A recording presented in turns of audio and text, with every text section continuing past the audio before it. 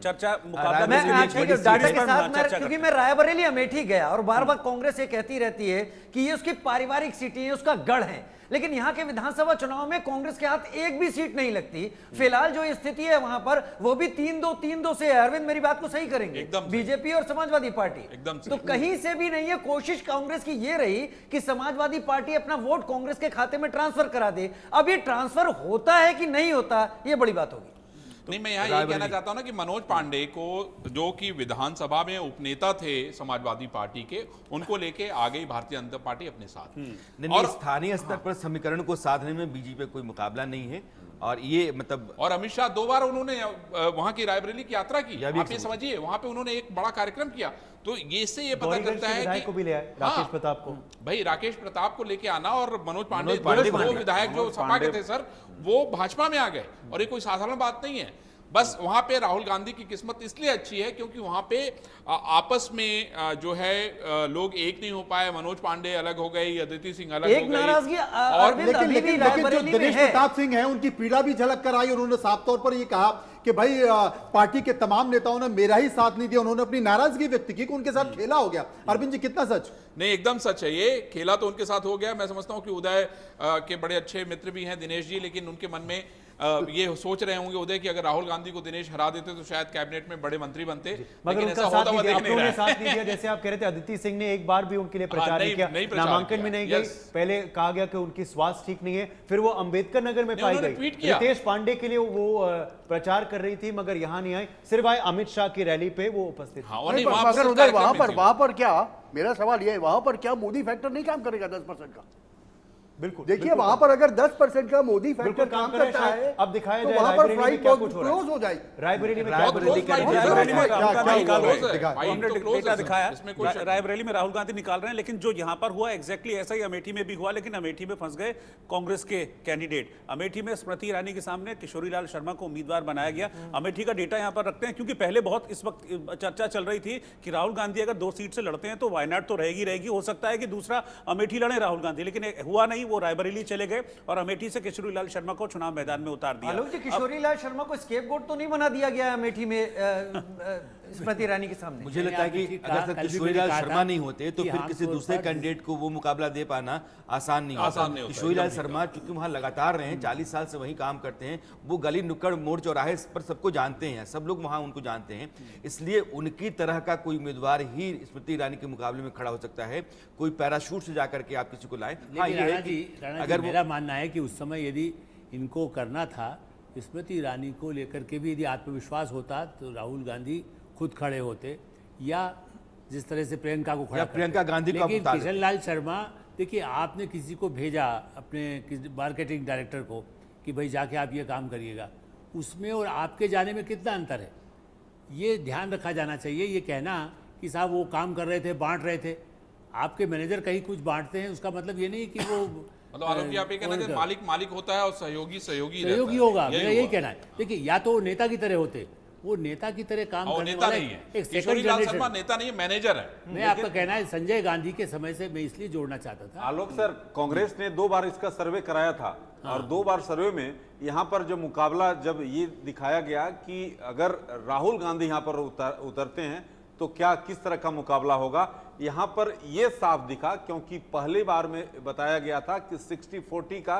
और दूसरी बार जब आया तो 55-45 का। तो यानी राहुल ये चाहते थे कि ये मत जो है 60% उनके तरफ हो, लेकिन जिस तरह से वहां पर जो सर्वे आया उसके बाद राहुल गांधी ने पैर खींच लिया, डर गए। राणा सर, स्मृति ईरानी का गौरीगंज में जाकर अपना घर बनाना, वहां का वोटर बन जाना, वहां के लोगों के बीच में लगातार बने रहना, क्या ये गांधी परिवार की जड़ उखाड़ने का सबसे बड़ा रीजन आपको लगता है? देखिए, लंबे समय से अमेठी रायबरेली दोनों गांधी परिवार की ही सीटें रही हैं और इन दोनों की जो स्थिति रही, बीजेपी ने क्या कहा कि अगर आपके सबसे बड़े नेता आपकी कॉन्स्टिट्यूंसी में हैं, उसके बाद भी बदहाली है, फटेहाली है, यहाँ विकास दूर दूर तक नज़र नहीं आता है, तो फिर आप इनको क्यों चुनते हैं? स्मृति ईरानी एक बार हार गई लेकिन दूसरी बार वो जीती, और उसके बाद दावा बीजेपी का ये है कि अमेठी के भीतर काम हुआ, विकास हुआ, वहाँ की सूरत बदली है, और अब चूंकि उन्होंने जाकर के वहाँ घर बना लिया, राहुल गांधी को अमेठी को नहीं छोड़ना चाहिए था। अगर आप अमेठी पूरी तरीके से हार करके छोड़ देते हैं, ये ना तो लड़ाई का सही उसूल है और न ही राजनीति में ऐसा चलता है। आप 2.5 साल बाद सीधे भारत यात्रा होती है तब वहाँ पहुँचते हैं एक बार, और 5 साल में 2 दफ़ा पहुँचते हैं, और वो भी आप किसी मुसाफिर की तरह कि आप घूमते फिरते वहाँ से निकल गए, आपका कोई एसोसिएशन लगाव नहीं होता है। जब आप खुद दुराव महसूस करना शुरू करते हैं या करवाना लोगों शुरू कर देते हैं तो फिर आप कटते हैं। और यह जो गैप था, स्मृति ईरानी ने इसका फ़ायदा उठाया, उन्होंने वहाँ घर बनाया, वहाँ की हो गई और वहाँ के लोगों के बीच में रहना शुरू कर दी। तो वो राहुल गांधी की बहुत बड़ी गलती रही। उनको अमेठी को पकड़े रहना चाहिए था। अपनी सीट है, अपनी जमीन है। आज की तारीख में नहीं सर, स्थितियां भी खराब है। अगर आप अमेठी जाइए, वहाँ की सड़कें बहुत खराब है, बहुत बुरी, वहाँ पे हालात बहुत अच्छे नहीं देखता है। सवाल यह है कि लोगों के मन में ये आएगा कि भाई गांधी फैमिली की लिगेसी अमेठी, जहाँ से राजीव गांधी सांसद रहे, देश के प्रधानमंत्री बने, अगर वहाँ की ये स्थिति है तो फिर लोग तो सब सवाल खड़े करेंगे। और मेरे मन में भी ये सवाल आता है कि भाई आखिर ऐसा क्यों? आप इतनी सारी योजनाएं लेके गए हैं, सारी आधी अधूरी एक रोड योजनाएं निकलती है और वो संजय सिंह के पैलेस तक सीधी चलती चली जाती है। उस रोड में सिकरा सिमटा हुआ अमेठी है और लोग, ऐसा लगता है जैसे हम किसी कस्बे में हैं। ये वो शहर नहीं है जिसके नाम से गांधी का नाम जुड़ा हुआ। और आप देख लीजिए, आप बनारस जाइए, आप उसकी बस बनारस और अमेठी में तुलना कर लीजिए। गांधी परिवार के पास कितने साल वो सीट रही है, और बनारस में नरेंद्र मोदी की स्थिति आप देख लीजिए। 2014 से नरेंद्र मोदी वहां सांसद है और वहां की क्या स्थिति बदली है, ये दुनिया भर में किसी को बताने की मैं समझता हूं अभी थोड़ा सा अब फटाफट कुछ और सीटें हैं उस पर हम चर्चा कर लेते हैं। आजमगढ़ सीट की मैं बात कर रहा हूं कि जैसा कि आप लोगों ने बताया कि अमेठी ने तो स्मृति ईरानी को अपना लिया है, लेकिन क्या आजमगढ़ में निरहुआ को अपना पाए हैं? आजमगढ़ वासी उपचुनाव तो जीत गए थे, लेकिन ये चुनाव माना जा रहा है कि उनके लिए इतना ईजी, इतना आसान नहीं होने वाला है। एग्जिट पोल के आंकड़े क्या कहते हैं हमारी वीआईपी सीट के कि निरहुआ का क्या होने वाला है? क्योंकि यहां पर समाजवादी पार्टी के धर्मेंद्र प्रधान हैं, उनसे डायरेक्ट फाइट है, सीधी टक्कर। धर्मेंद्र यादव, माफ कीजिएगा, और यहां से हार रहे हैं इलेक्शन। निरहुआ की स्थिति बहुत अच्छी तो मैं नहीं कहूंगा, लेकिन मैं आपको एक अच्छी बात ये बताना चाहता हूं। पहले बहुजन समाज पार्टी ने जिस प्रत्याशी को उतारा था, बाद में बहुजन समाज पार्टी ने उस प्रत्याशी को बदल दिया और वो बड़ा एक अच्छा रहा निरहुआ के लिए। मैं समझता हूं कि धर्मेंद्र यादव बहुत बेहतर टक्कर दे रहे हैं, क्योंकि एक और बड़ा मुद्दा उठा था कि निरहुआ कहाँ के रहने वाले हैं। बेसिकली निरहुआ रहने वाले हैं गाजीपुर के, और निरहुआ कहते हैं कि नहीं, मैं आजमगढ़ का बेटा हूं।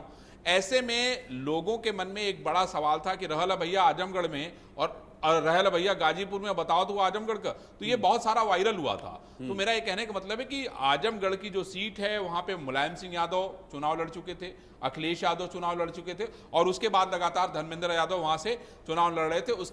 उसके बाद पिछले चुनाव में जो बहुजन समाज पार्टी के उम्मीदवार थे, जिन्होंने 1.5 लाख से ज्यादा वोट पाया था, उसको समाजवादी पार्टी ने अपने में मिला के एमएलसी बना दिया। इस हालत में भी निरहुआ प्रचार करने काराकट पहुंच गए पवन सिंह के लिए, तो ये शायद उनके लिए और उल्टा न साबित हो। ठीक है, एक और भोजपुरी सितारे, एक और भोजपुरी सितारे हैं, उनकी बात करते हैं। रवि किशन की मैं बात कर रहा हूं, क्योंकि लास्ट टाइम वो योगी का जो गढ़ है गोरखपुर, वहां से चुनाव लड़े थे। इस बार फिर से उन्हें चुनाव मैदान में उतारा गया है। चुनाव जीते भी थे रवि किशन पिछली बार। इससे पहले योगी आदित्यनाथ का गढ़ रही है ये सीट। 5 बार योगी आदित्यनाथ गोरखपुर से सांसद रहे, उसके बाद फिर उत्तर प्रदेश के मुख्यमंत्री बने, फिर यहां से रवि किशन को चुनाव मैदान में उतारा गया। लास्ट इलेक्शन रवि किशन ने जीता, एक बार फिर से उनको कैंडिडेट बनाया गया है और काजल निषाद जो कि समाजवादी पार्टी की कैंडिडेट हैं, उनके साथ सीधा मुकाबला है रवि किशन का, और रवि किशन इस सीट को जीत रहे हैं। अरविंद जी, आसान रही होगी या फिर कुछ फाइट आपने देखी वहां पर? तो देखिए, रवि किशन के नाम की चर्चा तो हम कर सकते हैं, लेकिन ये सीट है योगी आदित्यनाथ की।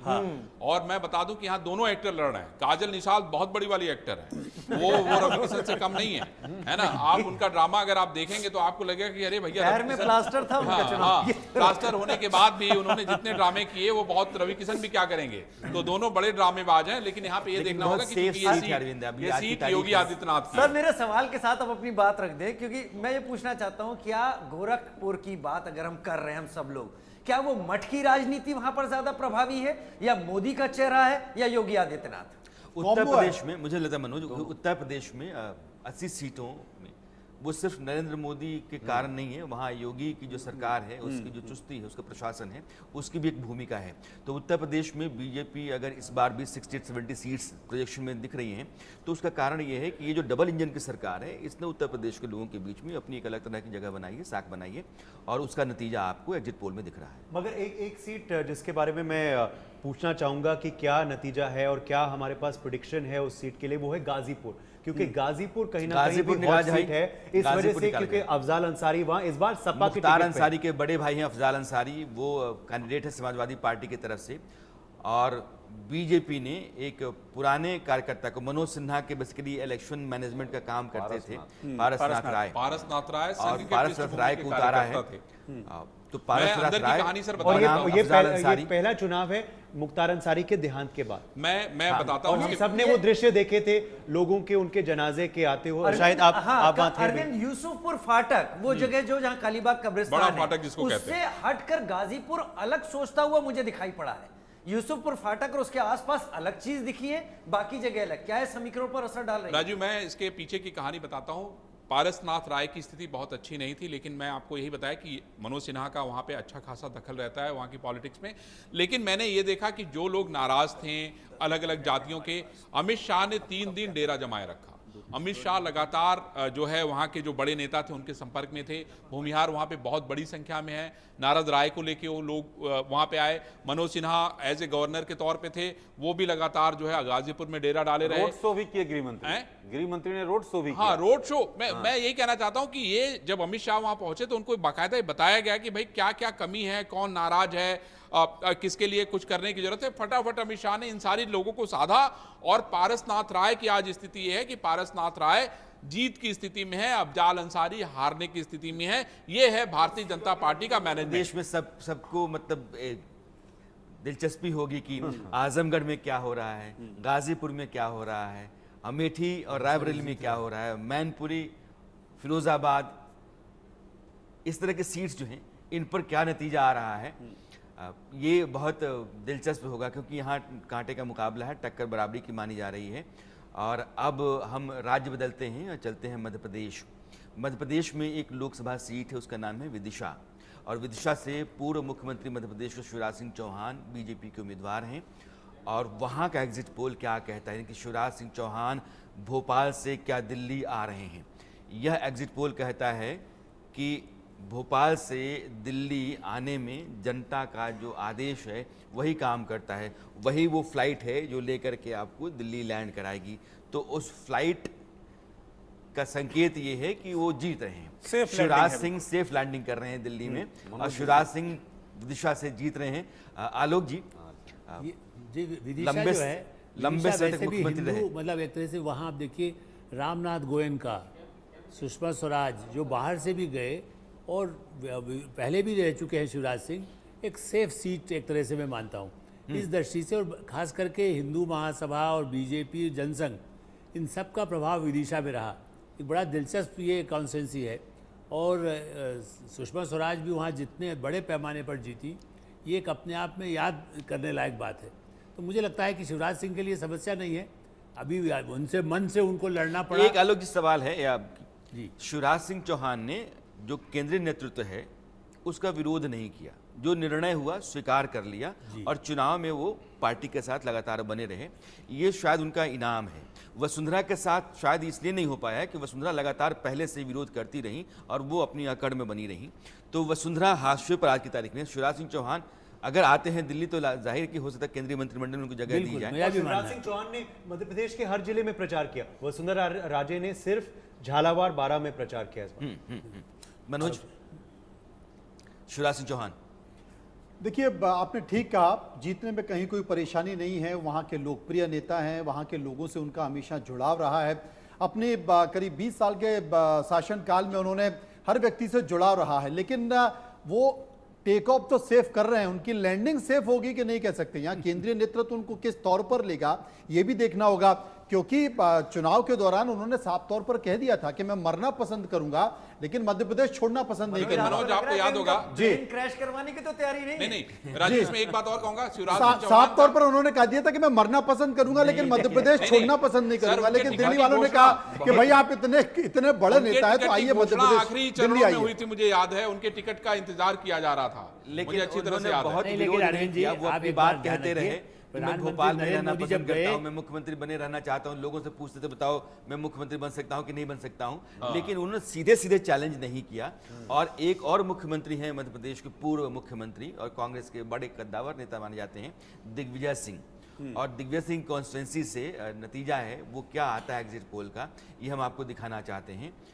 और ये मध्य प्रदेश के वो नेता माने जाते हैं जो कांग्रेस की नीति रणनीति तय करते हैं दिल्ली में भी। राहुल गांधी के मेंटोर के तौर पर अपने आप को स्थापित करते हैं कि मैं राहुल गांधी का मेंटोर हूं। और राजगढ़ से, जहां के राज परिवार के ही हैं दिग्विजय सिंह, तो राजगढ़ से दिग्विजय सिंह की किस्मत क्या कहती है, हार। दिग्विजय सिंह राजगढ़ गंवा रहे हैं, वहां की जनता उनको जीत नहीं दे रही है और वहां बीजेपी के हिस्से में जीत जा रही है। तो दिग्विजय सिंह कांग्रेस के बड़े नेता, मनोज, हार का कारण? देखिए, सबसे बड़ी बात है कि 13 अगर लोकसभा चुनाव को देखें तो 13 में से 7 बार ये सीट रावगढ़ राज परिवार के पास रही है। और रावगढ़ राज परिवार में दिग्विजय सिंह यहां से सांसद भी बने हैं और उसके बाद जब वो मुख्यमंत्री बन गए उसके बाद उन्होंने अपने भाई लक्ष्मण सिंह को सांसद बनाया। 4 बार वो सांसद रहे। लेकिन प्यारेलाल खंडेलवाल जब यहां से एक बार दिग्विजय सिंह के खिलाफ खड़े हुए, उसके बाद उन्होंने ये सीट बहुत मजबूती के साथ तैयार की। उसके बाद दिग्विजय सिंह जीत गए। लेकिन यहां पर यह मध्य प्रदेश की एक ऐसी सीट है जहां पर संघ का सबसे ज्यादा प्रभाव है और एक तरह से इस सीट को संघ की प्रयोगशाला भी माना जाता रहा है। इसलिए पूरी तरह से ये एक हिंदुत्व और हिंदी से और संघ से जुड़ी हुई सीट है। इसलिए दिग्विजय सिंह ये दो फैक्टर्स होंगे जिसका मनोज जी ने जिक्र किया, राणा जी, संघ और दूसरा मोदी फैक्टर। क्योंकि जो वर्तमान के सांसद हैं, हम राजगढ़ गए थे, राजगढ़ के काफ़ी इलाकों में घूमे, चाचौड़ा गए थे, राघोगढ़ गए थे, मकसूदनगढ़ गए, हमें कहीं ना कहीं लोगों से पता चला कि एंटी इनकम्बेंसी है वर्तमान सांसद रोडमल नागर के खिलाफ। मगर संघ फैक्टर है यहाँ और मोदी फैक्टर है, अगर ये आंकड़ा जो है अनुमान सही हुआ तो। क्योंकि इस बार दिग्विजय सिंह ने इमोशनल पिच भी कहा था कि इतनी लंबी पारी मेरी रही है, आप लोगों ने हमेशा मेरे परिवार का साथ दिया है, ये मेरा आखिरी चुनाव है, एक बार आप इज्जत रख लीजिए और फिर 5 साल में विकास कार्य करवाऊंगा। मगर अगर ये अनुमान जो है वो सही रहा तो इसके कारण 2 हैं। निरुक्त भार्गव भी हमारे साथ हैं, वो वहां पर गए भी बताएंगे। क्योंकि कांग्रेस ने इसी पॉलिसी के तहत उनको उतारा था कि बड़े नेता उतरेंगे तो शायद उसका एक पॉजिटिव इंपैक्ट पड़ेगा, लेकिन फायदा हुआ नहीं निरुक्त जी। नहीं, दिग्विजय सिंह जी जो है उन्होंने काफ़ी गंभीरता से चुनाव लड़ा, पदयात्राओं के माध्यम से वो लगातार ग्रामीण क्षेत्रों में बने रहे। लेकिन सबसे इम्पोर्टेंट बात जो उभर के आई कि उनके पुत्र जहाँ से राघोगढ़ में उनका किला है, राघोगढ़ में और चाचौड़ा में जहाँ से उनके छोटे भाई लक्ष्मण सिंह जी विधायक रहे, हार गए थे इस बार, उन दोनों जगह पर वोटिंग कम हुई है अन्य विधानसभा क्षेत्रों के मुकाबले। और वहाँ के जो लोग थे उन्होंने पूरा दिग्विजय सिंह के खिलाफ कैंपेन किया, एंटी उनका जो स्टांस रहता है हिंदू स्टांस सनातन धर्म के खिलाफ, अमित शाह ने भी जाके कहा, अमित शाह ने भी रैली की और मोहन यादव ने लगातार यहाँ के चीफ मिनिस्टर बहुत मेहनत की है वहाँ पे। लेकिन दिग्विजय सिंह जी ने ये कहा कि नहीं, ये मेरा इलेक्शन जो है रोडमल नागर के खिलाफ है, क्योंकि उनको ये मालूम था कि ये बहुत एंटी इनकम्बेंसी के खिलाफ काफ़ी तेज है। लेकिन अंततः बीजेपी, मोदी और संघ ये साबित करने में सफल रहे कि ये मुकाबला दरअसल मोदी के खिलाफ था उनका। इसलिए वो और 4,35,000 का जो पिछली बार का गैप था उसको भरपाई करना मुझे संभव नहीं लगता। तो दिग्विजय सिंह जी के साथ ये अंतिम राजनीतिक पारी है चुनाव की। और वोट प्रतिशत बड़ा है, मतदान प्रतिशत बड़ा है, दो सीटों में गुना और राजगढ़ सर्वाधिक मतदान है राजगढ़। अब हम चूंकि अपने इस चर्चा के बिल्कुल आखिरी पड़ाव पर आ चुके हैं, तो मुझे लगता है कि देश की 2 सबसे बड़ी सीटें हैं जिनका जिक्र करना हमारे लिए बहुत जरूरी हो जाता है। और इन सीट पर वो 2 लोग हैं जिनके लिए हम कहेंगे कि सबसे ज्यादा जिम्मेदारी उन्हीं के कंधों पर थी भारतीय जनता पार्टी को इस स्थिति में लाने की। मैं बात कर रहा हूं गृह मंत्री अमित शाह की और प्रधानमंत्री नरेंद्र मोदी की। गृह मंत्री अमित शाह जो कि गुजरात के गांधीनगर से चुनाव इस बार लड़ रहे हैं, क्या इक्वेशन है वहां पर? फटाफट उस इक्वेशन को मुझे लगता है कि स्क्रीन पर रखना चाहिए। यहां पर अमित शाह का मुकाबला है कांग्रेस के सोनल पटेल के साथ और मुझे लगता है कि ये एक औपचारिकता ही है और इजी जीत यहां पर दिख रही है अमित शाह की। गांधीनगर बहुत सेफ सीट है, वैसे तो गुजराती पूरी तरीके से सेफ है बीजेपी की सीट है। 26 चर्चा करना तो इसलिए ऐसी बात है कि मुकाबला हो रहा है, गृह मंत्री और प्रधानमंत्री के बीच में मुकाबला हो रहा है, कौन ज्यादा बड़े मार्जिन से जीतेगा। चलिए वाराणसी का डेटा भी हम सामने बनारस आ जाते हैं। प्रधानमंत्री नरेंद्र मोदी 2014 में जब उनको प्रधानमंत्री पद का उम्मीदवार बीजेपी ने बनाया, उसके बाद उन्होंने अपनी सीट बदली और लोकसभा चुनाव लड़ने के लिए वो आगे बनारस। तो वडोदरा और बनारस 2 सीटें उन्होंने पहले अपनाई, वडोदरा को छोड़ा, बनारस को अपनाया 2014, 2019 और 2024 में तीसरी बार अब वो मैदान में हैं। और यह भी एक औपचारिकता भरी है। लेकिन नरेंद्र मोदी अपने आप में उदाहरण है इस बात का कि अगर आप कहीं से सांसद होते हैं और अगर आप प्रधानमंत्री हैं तो आप अपने संसदीय क्षेत्र का कितना भला कर सकते हैं, उसका कैसे कायाकल्प कर सकते हैं, नरेंद्र मोदी से सीखा जाना चाहिए। 48 बार वो प्रधानमंत्री होने के बाद भी बार बार बनारस जाना, और यहाँ सांसद नहीं जाता है, सांसद दिल्ली आ जाता है तो वो फिर उसके बाद पहले किसी प्रधानमंत्री को इतनी बार इस बार तो कोई दो राय क्षेत्र में जाते हुए टैगलाइन बदली, 2014 में कहा था कि माँ गंगा ने बुलाया है, इस बार उन्होंने जोर दिया कि अब उन्होंने मुझे गोद ले लिया है। अब ये गोद लेना और गंगा ने बुलाया है, ये प्रधानमंत्री के उस मार्जिन को कितना बढ़ा देगा? इस बार चर्चा ये नहीं हो रही है वहां पर जीत हार को लेकर, तो चर्चा है ही नहीं। चर्चा मार्जिन इस बार ये है कि मार्जिन कितना होगा, वही मार्जिन की बात कर रहा हूं, मार्जिन कम से कम 7-8 लाख वोट के पिछली अंदर बार 4,70,000 वोटों से नरेंद्र मोदी 2019 में जीते थे, जिस समय समाजवादी पार्टी और बहुजन समाज पार्टी का गठबंधन था। इस बार कांग्रेस वहां इंडिया गठबंधन के तहत चुनाव लड़ रही है और अजय राय उनके खिलाफ जो है खड़े हैं। तो यहाँ पे सिर्फ चर्चा इस बात की हो रही थी कि उनका मार्जिन जो है कितना बढ़ेगा, अजय राय को कितना वोट मिल सकता है। बस उन्होंने काशी विश्वनाथ, ये जो मंदिर है अयोध्या, जो कॉरिडोर का काम किया, अरविंद जी आप मानेंगे कि और कोई मुख्यमंत्री प्रधानमंत्री नहीं कर सकता था। नहीं कर सकता। इतने मंदिरों को वहां से शिफ्ट करना, उन घरों को करना, और उसको नरेंद्र विश्व का मोदी एक बड़ा लगातार ये पर्यटन केंद्र कहते बनाना। रहे हैं कि विकास और विरासत यह दो पहिए हैं जिस पर हिंदुस्तान को मैं आगे बढ़ा रहा हूं। वो विकसित भारत की बात करते हैं तो विरासत की भी बात करते हैं, वो काशी हो या फिर उज्जैन हो या फिर केदार धाम हो या सोमनाथ हो या इस तरह के तमाम जो धर्मस्थल हैं। और भारत इकलौता ऐसा देश है जहां करोड़ों लोग यात्राओं में होते हैं, वो धर्म यात्राएं होती हैं, और धर्म यात्राएं, धर्मस्थल भी अर्थव्यवस्था का हिस्सा हो सकते हैं और वो भारत की इकॉनमी को मजबूत कर सकते हैं। ये भारत में संभव हो सकता है क्योंकि यहाँ की संस्कृति, यहाँ की परंपरा थोड़ी सी अलग है। और नरेंद्र मोदी भारतीय परंपरा और भारत की आधुनिकता, इन दोनों के बीच एक सेतु का काम करते हैं और भारत को विकसित बनाने के लिए इस बार 2024 के आगे के 5 साल मांग रहे हैं, क्योंकि यही बुनियाद साबित होंगे 5 साल 2047 के विकसित भारत के लिए। एग्जिट पोल कहते हैं कि नरेंद्र मोदी की अगुवाई में प्रचंड बहुमत के साथ फिर से बीजेपी एनडीए आ रहे हैं। गिनती कल है 4 जून 2024 को सुबह 6 बजे से एक बड़े पैनल के साथ इंडिया न्यूज़ आपको उस गिनती की सबसे ताज़ा जो जानकारी है पहुंचाता रहेगा। यानी कि सबसे तेज़ नतीजे अगर आप देखना चाहते हैं तो इंडिया न्यूज़ के साथ जुड़े रहेगा।